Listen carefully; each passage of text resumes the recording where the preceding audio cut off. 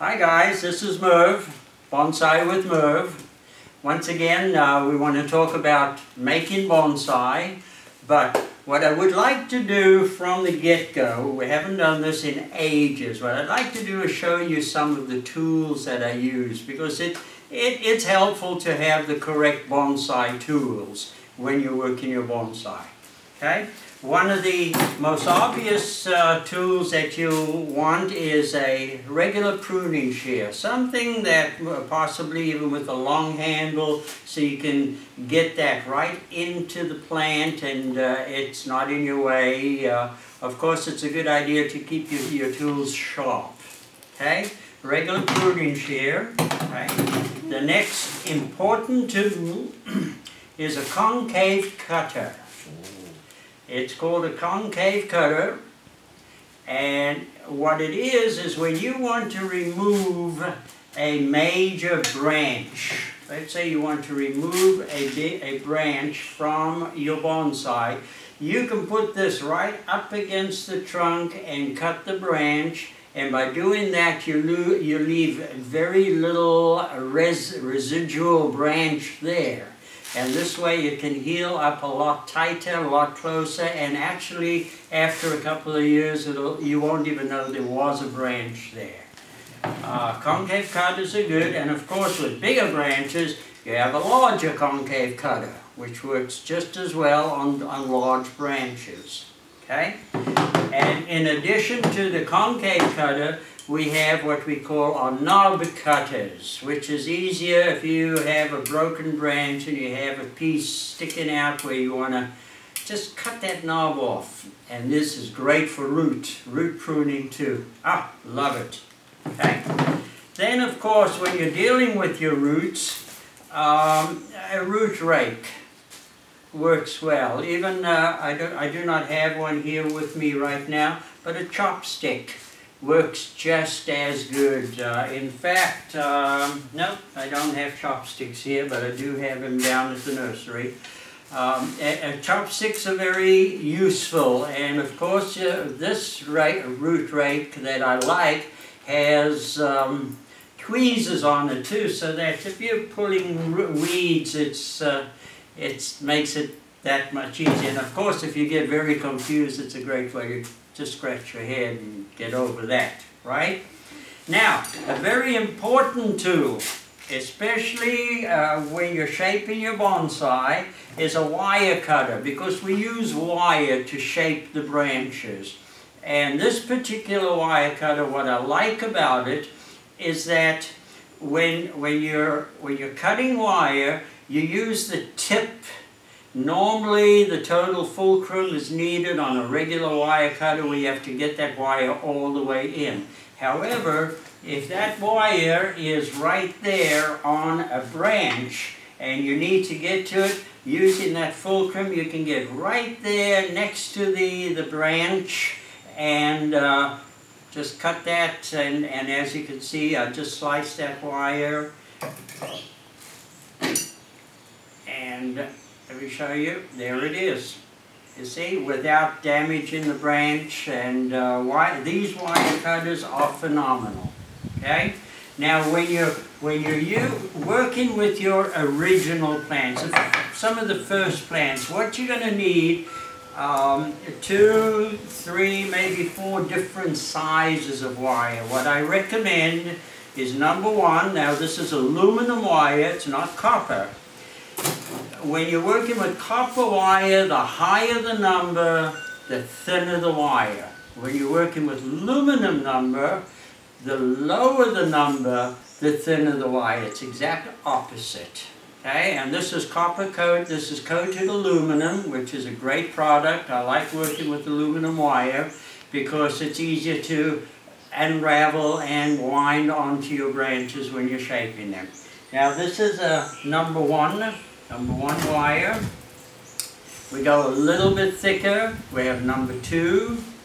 Oh, sorry, this is 1.5. We go a little bit thicker, and that's number 2. You see that there's differences in the thickness of the wire. 1, 1.5, 2, and then I had a piece of 3 here. What did I do with it? Oh, number 3 wire. It's a little bit thicker, and I'm out of 3, or let's put it this way, I don't know what I did with my number 3 wire. It's most probably down at the nursery. But those are the sizes that you should have available for you when you're starting to wire. Copper wire, aluminum wire, it makes no difference, but you need wire, okay?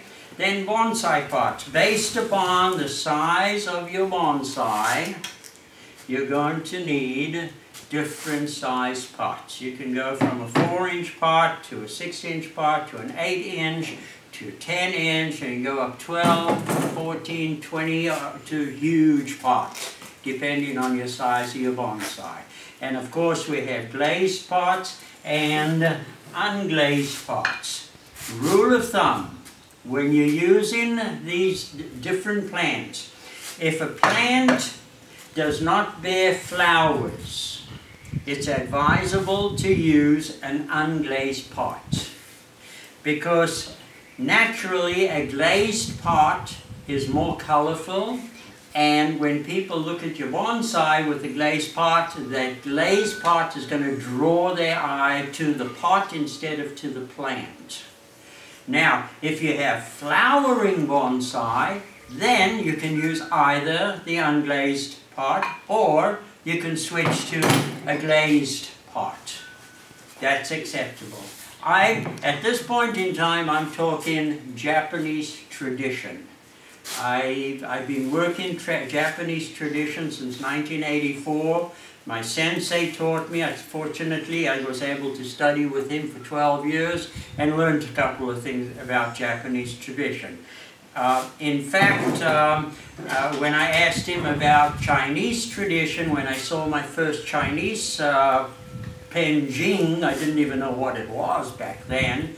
He told me to study as much as I can. He did not teach Chinese tradition, he taught Japanese tradition. So later on, as we progress, I'll bring you in on the Chinese tradition, and we'll make a penjing also. And they are exciting as ever. Okay? Now, of course, what I want you to know is that we are Bonsai with Merv. That's one word, Bonsai with Merv.